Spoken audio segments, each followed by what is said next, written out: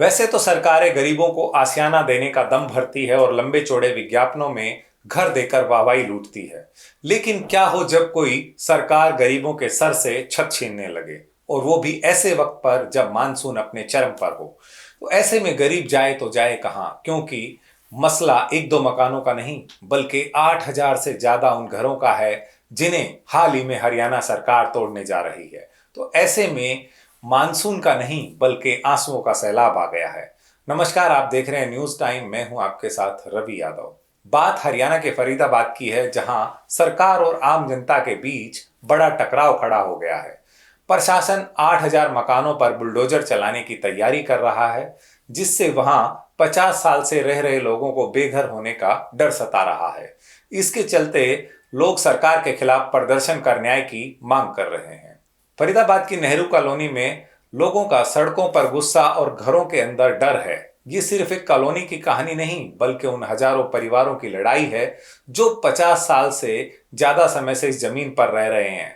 अब उसी जमीन को बचाने के लिए लोग सड़कों पर उतर आए हैं, क्योंकि लोगों को लग रहा है कि उनकी पूरी दुनिया ही उजड़ने वाली है। क्या है पूरा मामला, आपको बताएंगे इस खास रिपोर्ट में। फरीदाबाद की नेहरू कॉलोनी इन दिनों चर्चाओं में है। प्रशासन यहां करीब 8,000 मकानों को गिराने की तैयारी में है। प्रशासन के मुताबिक इन मकानों को तोड़कर एलिवेटेड फ्लाईओवर का निर्माण किया जाएगा। सरकार का कहना है कि यहां के लोग पुनर्वास विभाग की 60 एकड़ जमीन पर अवैध रूप से बसे हैं।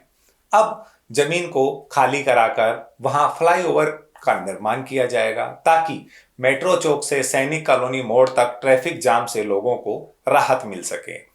26 जून को पुनर्वास विभाग के तहसीलदार की ओर से एक नोटिस जारी कर कहा गया कि लोग आने वाली 10 जुलाई तक अपने मकान विभाग को सरेंडर कर दें, वरना इसके बाद सरकारी कार्रवाई शुरू हो जाएगी और बलपूर्वक कब्जा हटाया जाएगा। इस ऐलान के बाद नेहरू कॉलोनी में डर और नाराजगी का माहौल है। लोगों का कहना है कि वे 50 साल से यहां रह रहे हैं। प्रशासन ने उनको यहां पर बिजली कनेक्शन दिया, पानी के लिए जो है सरकारी ट्यूबवेल लगवाया, उनके राशन कार्ड भी बनवाए और अपने घर का टैक्स तक यानी कि प्रॉपर्टी टैक्स भी वो भर रहे हैं। प्रशासन को अगर उनके घर तोड़ने ही थे तो उस समय उनको बसने ही क्यों दिया गया। लोगों का कहना है कि अगर सरकार उन्हें यहां से हटाती है तो उनके पास रहने के लिए कोई और ठिकाना भी नहीं है। आखिर प्रशासन नेहरू कॉलोनी के ये मकान क्यों तोड़ना चाहता है? दरअसल फरीदाबाद प्रशासन की दलील है कि ये पूरी कार्रवाई एक बड़े विकास प्रोजेक्ट के तहत हो रही है। यहां एक एलिवेटेड फ्लाईओवर बनाने की योजना है, जिसका उद्देश्य मेट्रो चौक से NIT 3 और सैनिक कॉलोनी मोड़ पर लगने वाले भारी ट्रैफिक जाम को खत्म करना है। इस फ्लाईओवर का रूट मेट्रो चौक से शुरू होकर NIT 3 से होते हुए सैनिक कॉलोनी मोड़ तक जाएगा। इससे गुरुग्राम जाने वाले लोगों को ट्रैफिक से छुटकारा मिलेगा।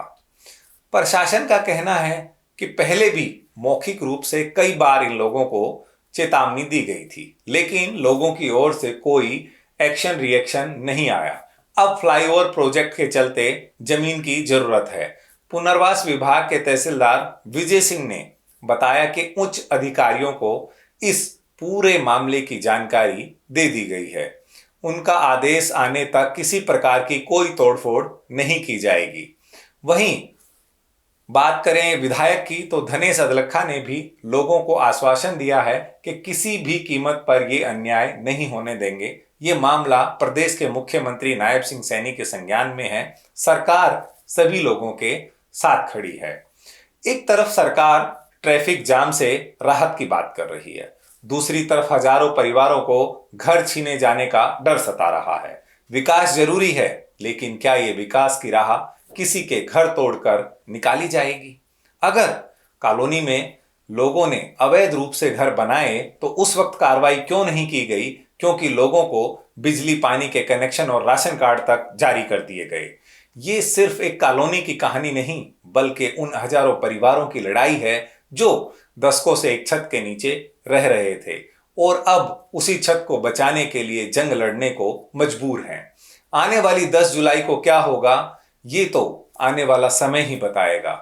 फिलहाल इस खबर पर आपकी क्या राय है, क्या सरकार का कदम सही है या लोगों की चिंता जायज है? नीचे कमेंट में अपनी राय जरूर दीजिए। अगर आपको रिपोर्ट पसंद आई हो तो वीडियो को लाइक करें, शेयर करें और चैनल को सब्सक्राइब करना ना भूलें। नमस्कार।